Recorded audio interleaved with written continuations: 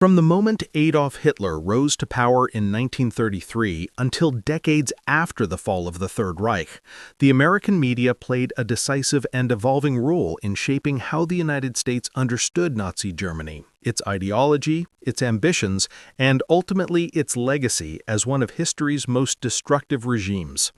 The portrayal of Nazi Germany in American newspapers, magazines, radio broadcasts, newsreels, films, and later television and academic discourse was never static. It shifted dramatically in response to political developments, cultural anxieties, institutional pressures, and the moral revelations that followed World War II.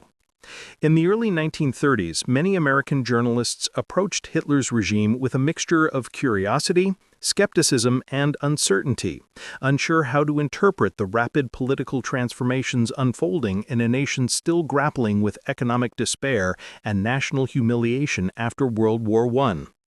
Some correspondents treated Hitler as an eccentric populist unlikely to remain in power, while others warned that his fiery nationalism and racial ideology threatened both German stability and European peace.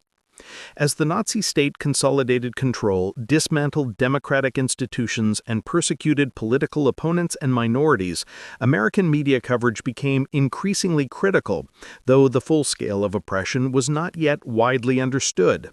By the late 1930s, as Germany rearmed and violated treaty agreements, the tone of reporting shifted from wary observation to mounting alarm, reflecting a growing recognition that Hitler's ambitions extended far beyond domestic reform and posed a direct challenge to international order. Once war erupted in 1939, American media portrayal shifted again, now framing Nazi Germany as a ruthless aggressor whose military campaigns represented a global menace. Coverage of the invasions of Poland, France, and the Soviet Union, along with stories of bombings, massacres, and the destruction of civilian life, constructed an image of Nazi brutality that resonated strongly with American fears about the future of democracy. After the United States entered the war in 1941, the media took on a dual responsibility, informing the public about the realities of the conflict and sustaining morale on the home front. German forces and Hitler in particular were depicted through stark contrasts of good versus evil, producing an American wartime narrative that emphasized the righteousness of the Allied cause and the moral urgency of confronting fascism. Through wartime journalism, propaganda films, radio reports, and Hollywood productions, Nazi Germany became the embodiment of totalitarian menace, a symbol that unified American society across political and social divisions. Yet even during war, many details about Nazi atrocities remained incomplete, and journalists themselves often struggled to verify the rumors and scattered reports emerging from occupied Europe. Only after the liberation of concentration camps did the full horror of the regime become undeniable. The immediate post-war years marked a transformational period in American media portrayal as images and testimonies from Buchenwald, Dachau, and Auschwitz horrified the nation and shattered any lingering illusions about the nature of Nazi rule. The Nuremberg trials played a central role in this evolution, as American reporters described courtroom proceedings, documented evidence, and survivor testimonies. They contributed to the construction of a broader moral and legal framework for understanding Nazi crimes, framing the regime as a system of orchestrated bureaucratic mass murder. At the same time, American media grappled with the complexities of post-war Germany, its denazification, its reconstruction, and the ambiguity of collective guilt, as journalists attempted to distinguish between perpetrators, followers, and bystanders in a society emerging from dictatorship. During the Cold War, the meaning of Nazi Germany in American discourse acquired new political dimensions. The rise of the Soviet Union as America's primary geopolitical rival reshaped the narrative, sometimes leading to portrayals that emphasized German recovery, Western alignment, and the strategic value of transforming a former enemy into a democratic ally. While the core memory of Nazi atrocities remained vivid, American media increasingly examined Germany through the lens of East-West tensions, particularly as West Germany became integrated into NATO and embraced economic modernization. This political reframing coexisted with cultural portrayals that continued to depict Nazis as ultimate villains, sometimes with historical seriousness, other times in simplified or even caricatured forms that reflected the entertainment norms of mid-century America. The advent of television, the popularity of war movies, and the rise of documentary filmmaking provided new platforms for exploring the Nazi era, though the complexity of historical memory often competed with the demands of commercial storytelling. The most profound shift came in the late 20th century when the Holocaust emerged as the central focus of American understanding of Nazi Germany. Through groundbreaking works such as the miniseries Holocaust, the documentary Shoah, and later Schindler's List, American media placed the genocide of Jews at the moral and emotional center of the Nazi narrative. This transformation was supported by academic research, survivor testimony, the establishment of museums and memorials, and the growing presence of Holocaust education in American schools. As a result, representations of Nazi Germany increasingly emphasized ideological extremism, racial hatred, industrialized killing, and the failure of international institutions to prevent genocide. Media portrayals served not only to remember the past, but also to shape discussions about human rights, racism, authoritarianism, and the responsibilities of democratic societies. By the 21st century, digital media further reshaped the landscape, offering unprecedented access to historical documents, survivor interviews, and archival footage. Yet it also introduced new challenges: misinformation, Holocaust denial, trivialization of Nazi symbols in online culture, and politically motivated analogies that blurred historical understanding. American media, now fragmented across television, film, news organizations, social media, and digital archives, continued to portray Nazi Germany as a symbol of moral extremism, but debates intensified over how the past should be represented, who has the authority to interpret it, and how to protect historical truth in an era of ideological polarization. Across 90 years of journalism, cultural production, and public debate, the American portrayal of Nazi Germany has evolved into one of the most deeply ingrained and symbolically powerful narratives in national consciousness. From the moment Adolf Hitler assumed power in January 1933, American media outlets, newspapers, magazines, radio commentators, foreign correspondents, and editorial boards found themselves navigating a rapidly changing European landscape marked by ideological extremism, economic desperation, and growing uncertainty about the future of global order.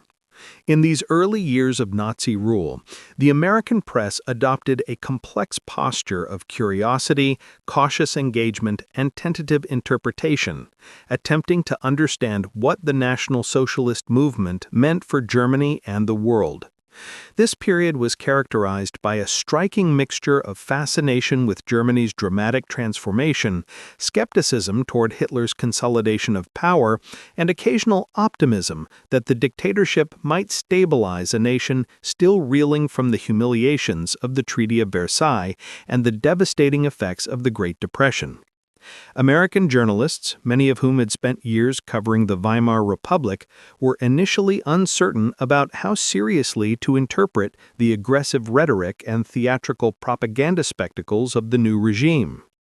As a result, early reporting moved between descriptions of Germany's ambitious public works programs and economic revitalization, anxious reflections on book burnings, anti-Semitic policies, and suppression of civil liberties, and speculative analyses about whether Hitler's government would moderate once it secured stability.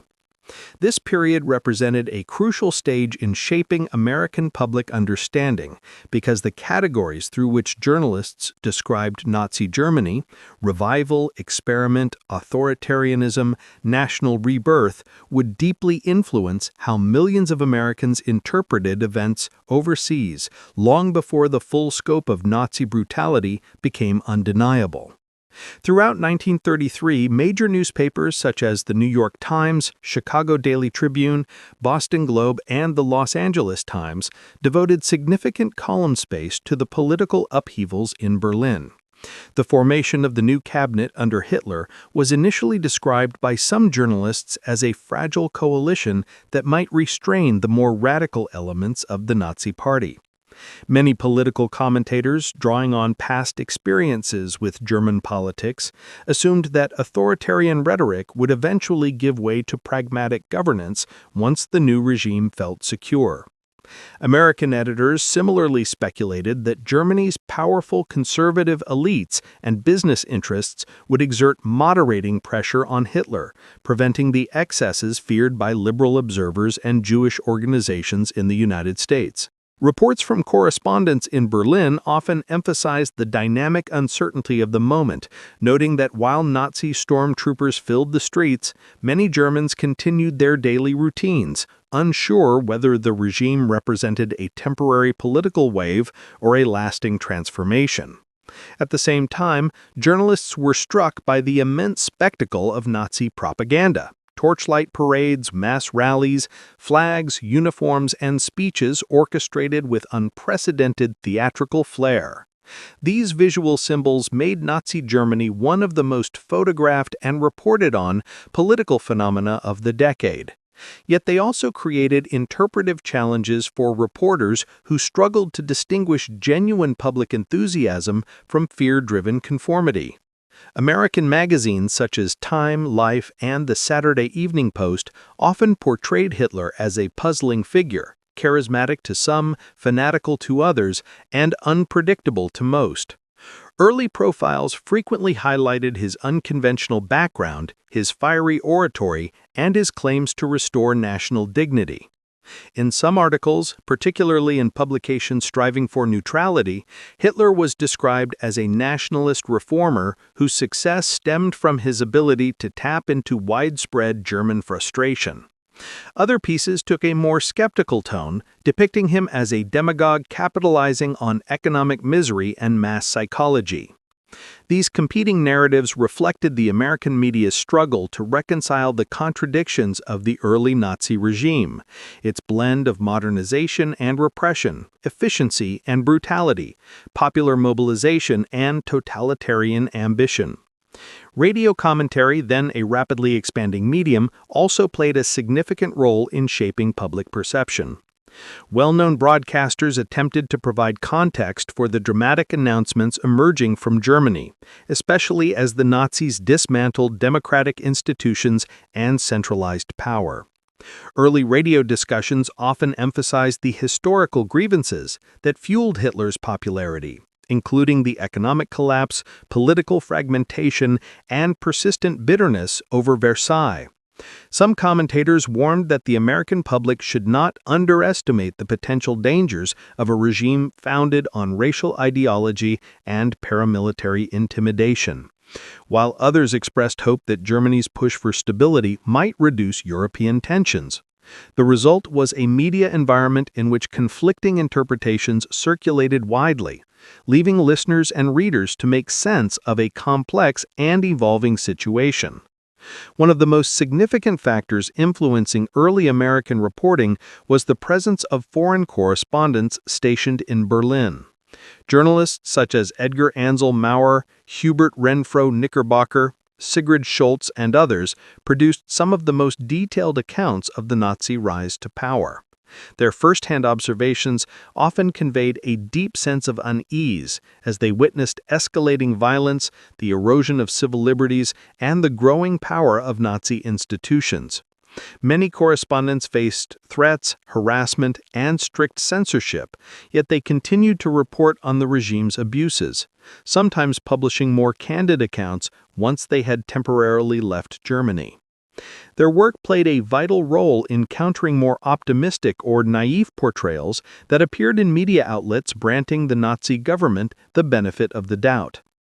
At the same time, many American businesses, diplomats, and cultural organizations sought to maintain cordial relations with Germany during this period, influencing media narratives in subtle ways. Trade representatives and tourism promoters often emphasized Germany's impressive infrastructure projects, economic recovery efforts, and industrial modernization, encouraging American publications to highlight these aspects in travel sections and business columns. Articles about efficient German railways, new autobahns, revived manufacturing sectors, and reduced unemployment occasionally overshadowed more troubling stories about escalating anti-Semitic legislation or increasing political repression. This tension between positive socio-economic reporting and alarming political developments contributed to the mixed tone of early media coverage. Hollywood also played a role in shaping public perceptions, though indirectly. Prior to 1936, many studios maintained commercial relationships with Germany, where American films enjoyed significant popularity. Studio executives often discouraged the production of movies that might provoke Nazi officials or threaten foreign distribution markets.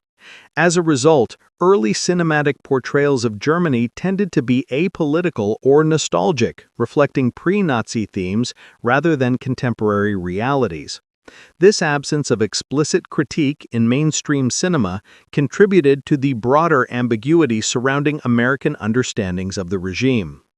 Intellectual journals and political magazines offered more pointed analyses, with publications like The Nation, The New Republic, and various Jewish American outlets issuing early warnings about the dangers of Nazi ideology.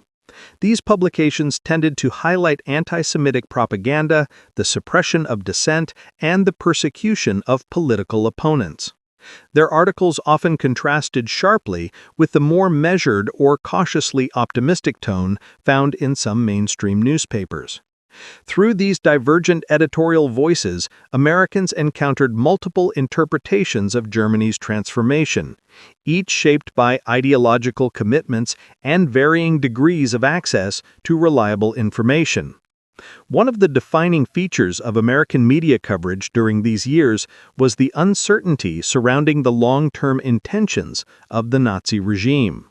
Many journalists were unsure whether Hitler's aggressive rhetoric about racial hierarchy, Lebensraum, and national purification reflected genuine political goals or mere propaganda designed to rally supporters. Between 1936 and the outbreak of war in 1939, American media coverage of Nazi Germany underwent a profound transformation, shifting from the earlier mixture of curiosity and cautious engagement toward a far more alarmed, critical, and urgent tone. This period marked the moment when the true character of the Nazi regime, its ideological rigidity, expansionist ambitions, state-orchestrated violence, and genocidal foundations became increasingly difficult to downplay or interpret as temporary authoritarian excess. The developments of these years, including the remilitarization of the Rhineland, the intensification of anti-Semitic legislation, the consolidation of totalitarian control, the 1936 Berlin Olympics, the Austrian Anschluss, the Munich Agreement, and the Kristallnacht pogrom of November 1938 generated a continuous stream of dramatic headlines, editorials, and first-hand reports that brought Americans closer to the realities unfolding within the Third Reich. Newspapers, radio commentators, magazine writers, and foreign correspondents increasingly described Germany not as a nation struggling through turbulent reform, but as an aggressive dictatorship whose internal brutality and external ambitions threatened the stability of Europe and the values of democratic societies worldwide. American media narratives during this period hardened significantly, fueled by growing evidence of human rights abuses, escalating militarization, and Hitler's bold defiance of international agreements. Yet, even as alarm grew, American coverage remained shaped by the political constraints of neutrality, domestic isolationist sentiment, and the deep economic traumas of the Great Depression, creating a dynamic tension between journalistic warning and national reluctance to confront foreign conflict. By 1936, the remilitarization of the Rhineland had become a watershed moment for American journalists. Many newspapers recognized the act as a blatant violation of the Treaty of Versailles and the Locarno Pact, signaling Hitler's willingness to challenge the international order.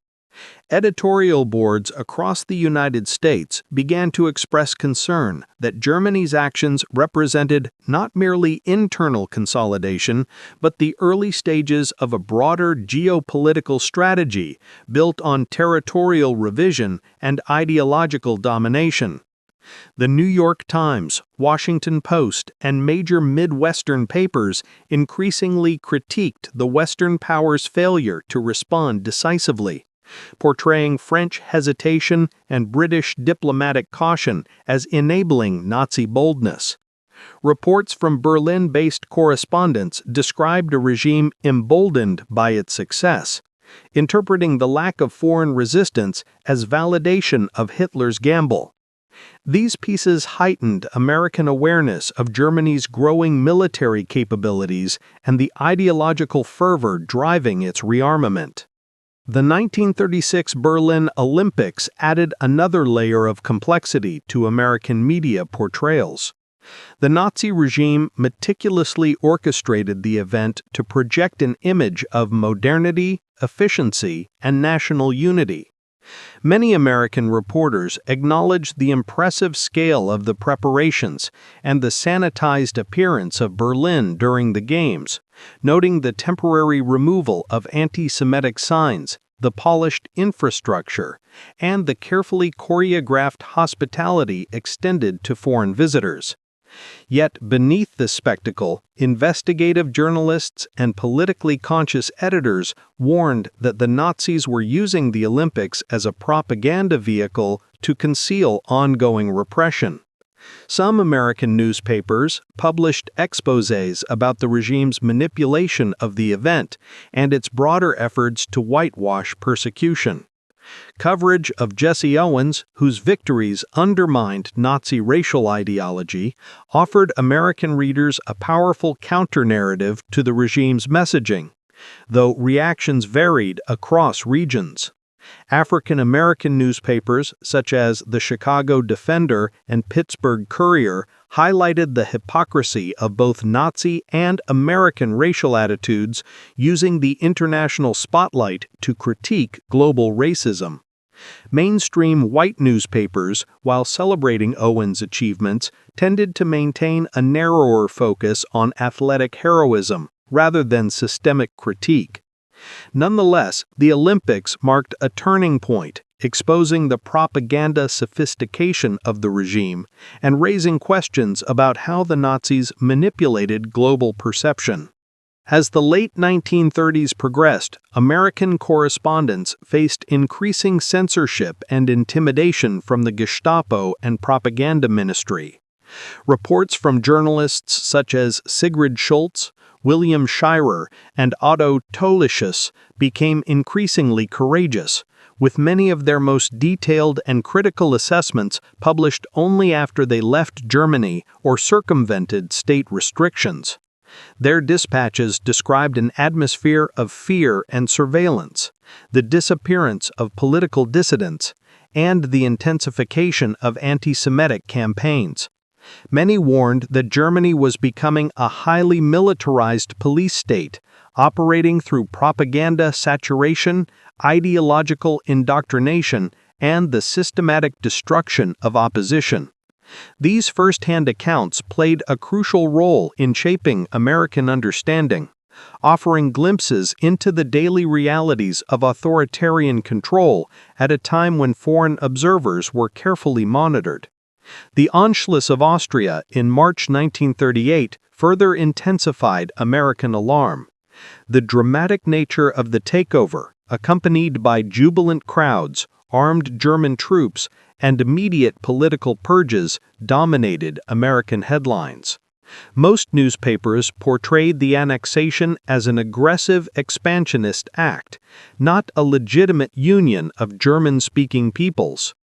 Editorial boards warned that Hitler's ambitions would not stop at Austria, drawing parallels between his moves and historical precedents of unchecked authoritarian expansion.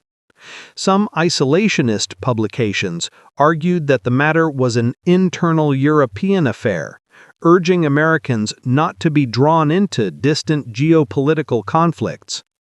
Despite such views, the dominant media narrative emphasized the danger of appeasement and the growing evidence of Germany's quest for territorial dominance.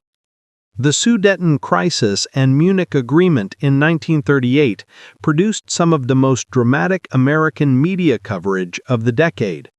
Newspapers dispatched special correspondents to Europe, radio networks broadcast urgent bulletins, and magazines released detailed analyses of the negotiations involving Britain, France, and Germany. Many American journalists criticized Neville Chamberlain's policy of appeasement, warning that concession would only encourage further Nazi aggression. Others, reflecting widespread pacifist sentiment among Americans traumatized by World War I, expressed relief that war had been temporarily avoided. President Franklin D. Roosevelt's neutrality stance influenced much of the commentary, creating a delicate balance between acknowledging Hitler's threat and insisting on American non-intervention. Even so, the Munich Agreement was widely interpreted as a dangerous compromise that sacrificed Czechoslovakia's sovereignty and legitimized German intimidation. The most transformative media moment of this period, however, came with Kristallnacht in November 1938. The widespread destruction of Jewish businesses, synagogues, and homes, the arrest of tens of thousands of Jewish men, and the brutal public violence orchestrated by Nazi officials stunned the American public and redefined Germany's image in the United States. Unlike earlier crackdowns, Kristallnacht produced photographic evidence, survivor testimonies, and vivid on-the-ground reports that newspapers could not ignore or soften. With the outbreak of World War II in September 1939, American media coverage of Nazi Germany entered its most intense, dramatic, and politically consequential phase. The transition from pre-war alarm to wartime reporting reshaped how newspapers, magazines, radio broadcasters, newsreels, and later government-affiliated information agencies presented Germany to the American public. During the 6 years of conflict, American media not only documented military campaigns and diplomatic maneuvering, but also constructed a powerful image of the Nazi enemy. An image that combined factual accounts of aggression, atrocity, and ideological extremism with broader narratives of moral struggle and civilizational conflict. This period saw the creation of some of the most iconic representations of Nazi Germany, depictions that continue to influence public memory and historical imagination.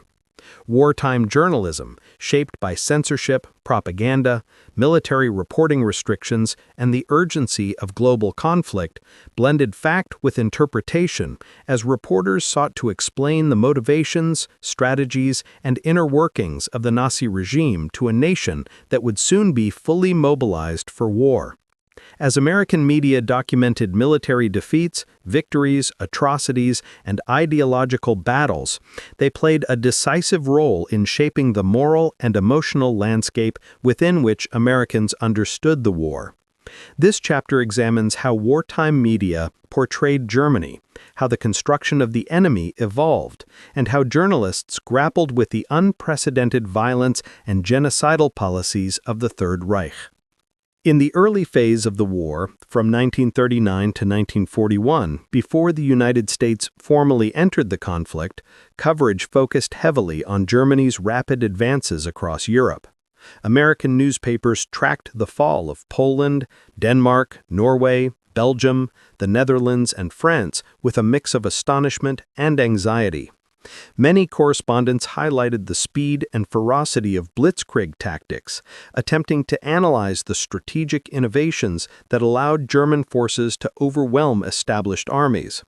Newspapers published maps, diagrams, and battlefield analyses explaining armored spearheads, combined arms operations, and the integration of air power. These military reports were often accompanied by descriptions of civilian suffering, refugee crises, and the collapse of democratic governments. As a result, American readers encountered a dual narrative. Germany appeared as both a formidable military machine and a ruthless adversary willing to inflict immense suffering on conquered populations. Radio commentators amplified these themes, broadcasting dramatic reports that conveyed the speed and scale of Hitler's victories. Even before direct American involvement, the media increasingly framed the war as a stark contest between democracy and totalitarianism. The fall of France in 1940 had a particularly profound effect on American perceptions.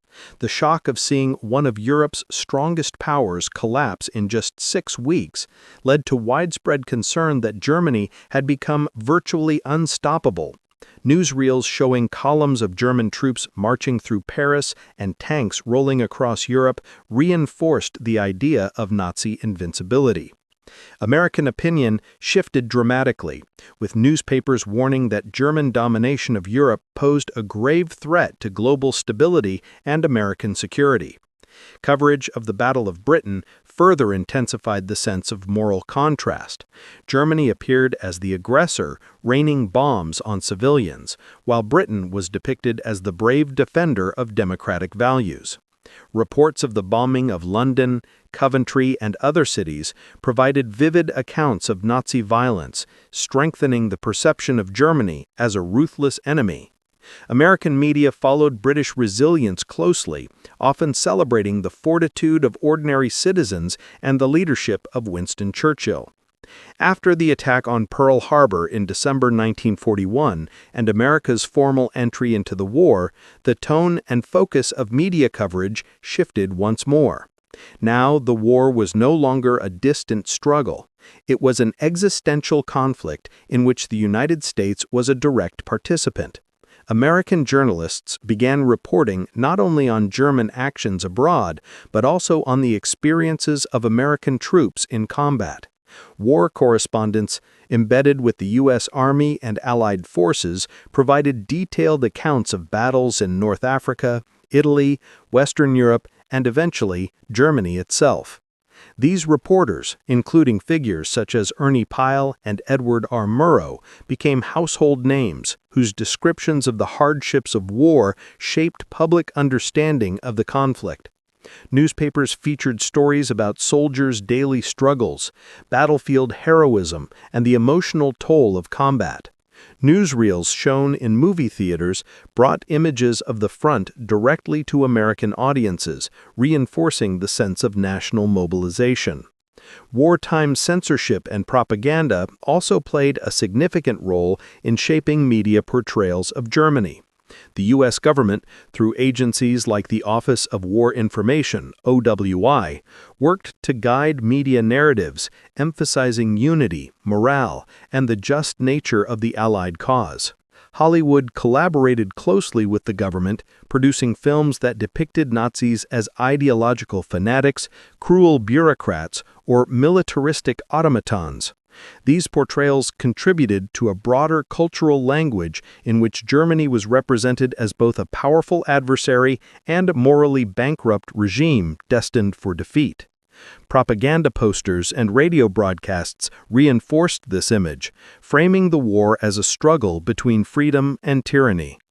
At the same time, American censorship rules limited the amount of graphic content that could be shown, meaning that early German atrocities, especially those committed in Eastern Europe, were often described but not fully visualized for American audiences.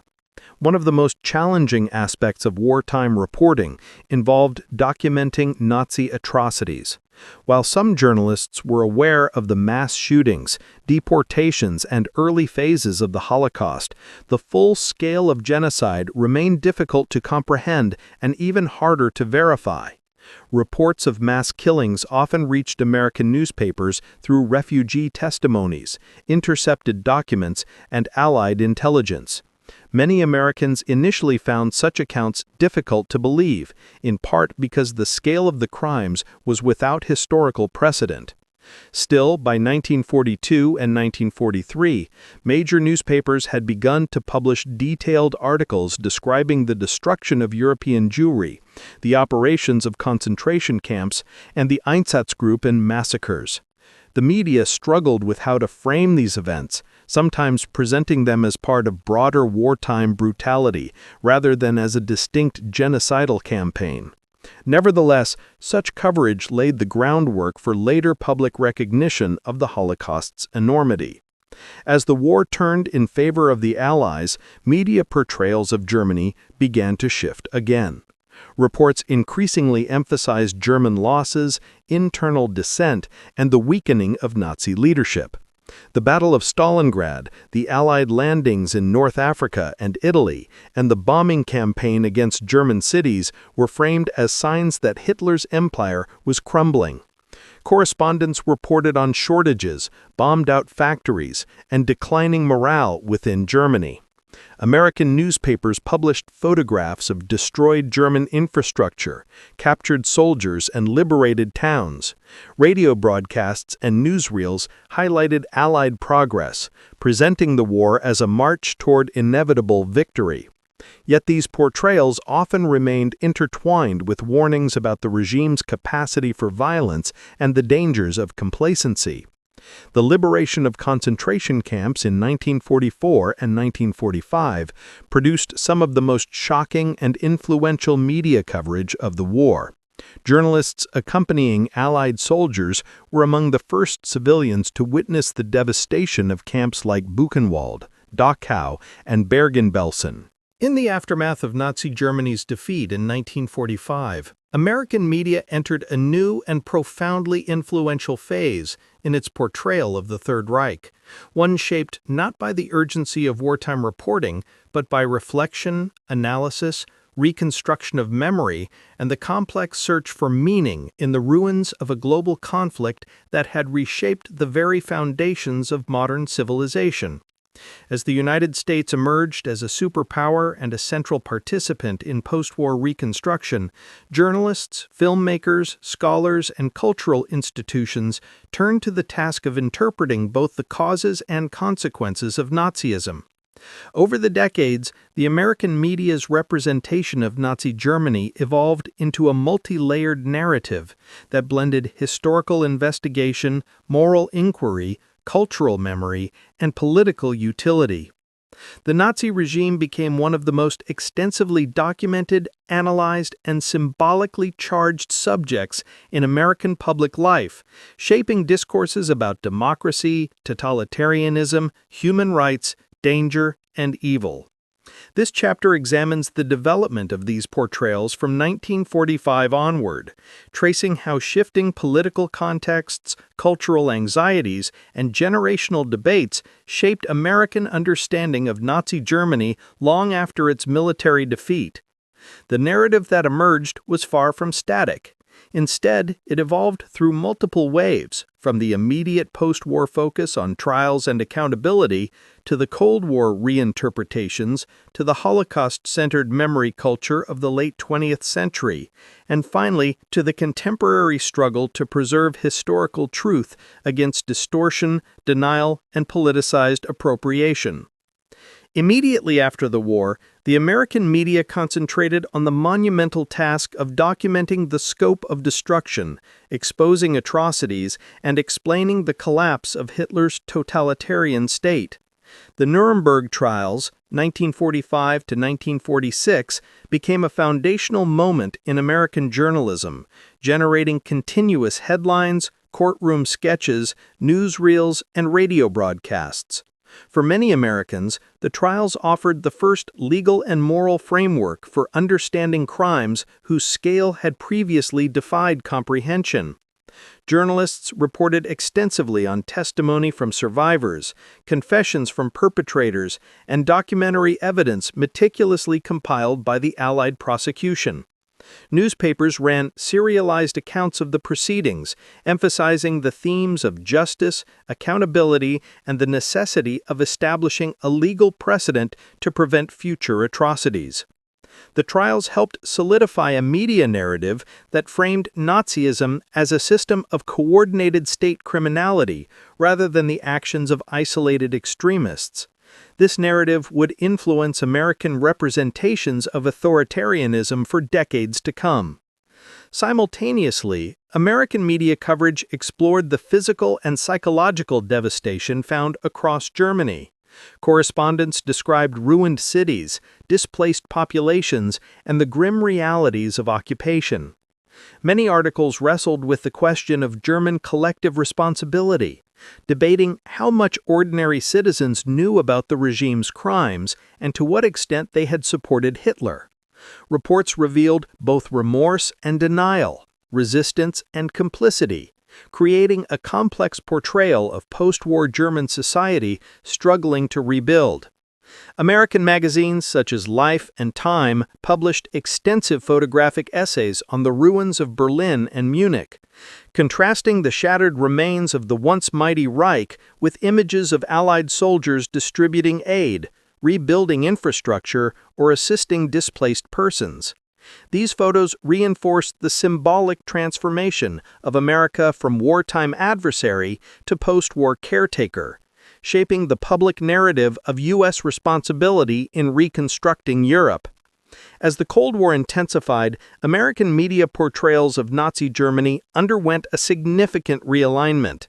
The Soviet Union replaced Germany as the primary geopolitical threat, prompting a shift in tone that sometimes minimized Germany's wartime deeds in service of broader strategic objectives.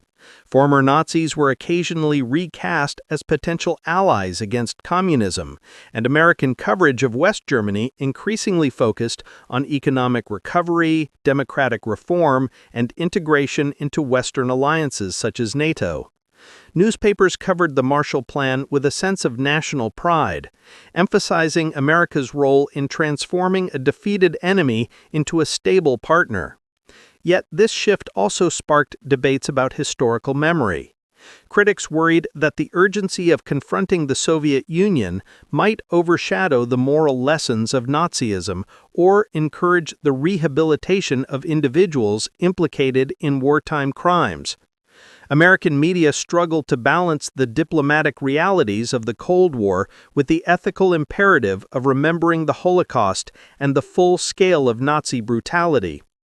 Throughout the 1950s and 1960s, representations of Nazi Germany expanded across new cultural forms, especially television and film. Hollywood produced a wave of war movies that dramatized battles, resistance movements, and the experiences of American soldiers. Films like The Longest Day, Judgment at Nuremberg, and The Diary of Anne Frank became cultural landmarks that helped shape national memory. These films varied widely in tone, some heroic, some moralizing, some deeply tragic, but collectively they reinforced the narrative of Nazism as an existential threat defeated through courage, sacrifice, and Allied unity. Meanwhile, early television series often depicted Nazis as clear-cut villains, sometimes even caricatured, reflecting a moral simplification that aligned with mid-century American values. Yet despite these simplifications, these portrayals helped embed the imagery and symbolism of Nazism into the American cultural imagination. The pivotal transformation in American media representation occurred in the 1960s, 1970s, and 1980s, when the Holocaust emerged as the central framework through which Americans understood the Nazi era. Influential books, documentaries, and television programs, most notably the 1978 miniseries Holocaust and Claude Lanzmann's 1985 documentary Shoah, brought survivor testimony and historical analysis into millions of homes. This period also saw the expansion of Holocaust education in schools, the opening of museums and memorials, and growing scholarship that emphasized the systematic nature of genocide. American media increasingly portrayed the Nazi regime primarily through the lens of racial extermination, elevating the Holocaust to a central place in collective memory. This shift not only reshaped historical understanding, but also influenced discussions about human rights, genocide prevention, and moral responsibility in contemporary politics. In the late 20th and early 21st centuries, American media faced new challenges in portraying Nazi Germany. As the generation that experienced the war firsthand began to pass away, concerns about historical forgetting, distortion, and denial grew more urgent. Filmmakers responded with new forms of representation, from major cinematic productions like Schindler's List to experimental documentaries, graphic novels like Mouse, and digital archives preserving survivor testimony. These works sought to maintain the immediacy of history even as temporal distance increased. At the same time, American political culture began invoking Nazi analogies more frequently, sometimes responsibly, but often in ways that risked trivializing historical truth. Media critics warned that excessive or inaccurate comparisons to Nazism could erode understanding of the actual historical events and enable extremist groups to manipulate symbols for their own purposes. With the rise of the internet, social media, and digital information ecosystems, new forms of representation and new dangers emerged. Online spaces enabled unprecedented access to historical materials, survivor testimony, and scholarly analysis. Yet they also facilitated the spread of misinformation, conspiracy theories, and neo-Nazi propaganda. American journalists, educators, and cultural leaders increasingly emphasized media literacy and critical historical understanding to combat distortion. Debates intensified over platform responsibility, censorship, and the balance between free speech and the protection of democratic values.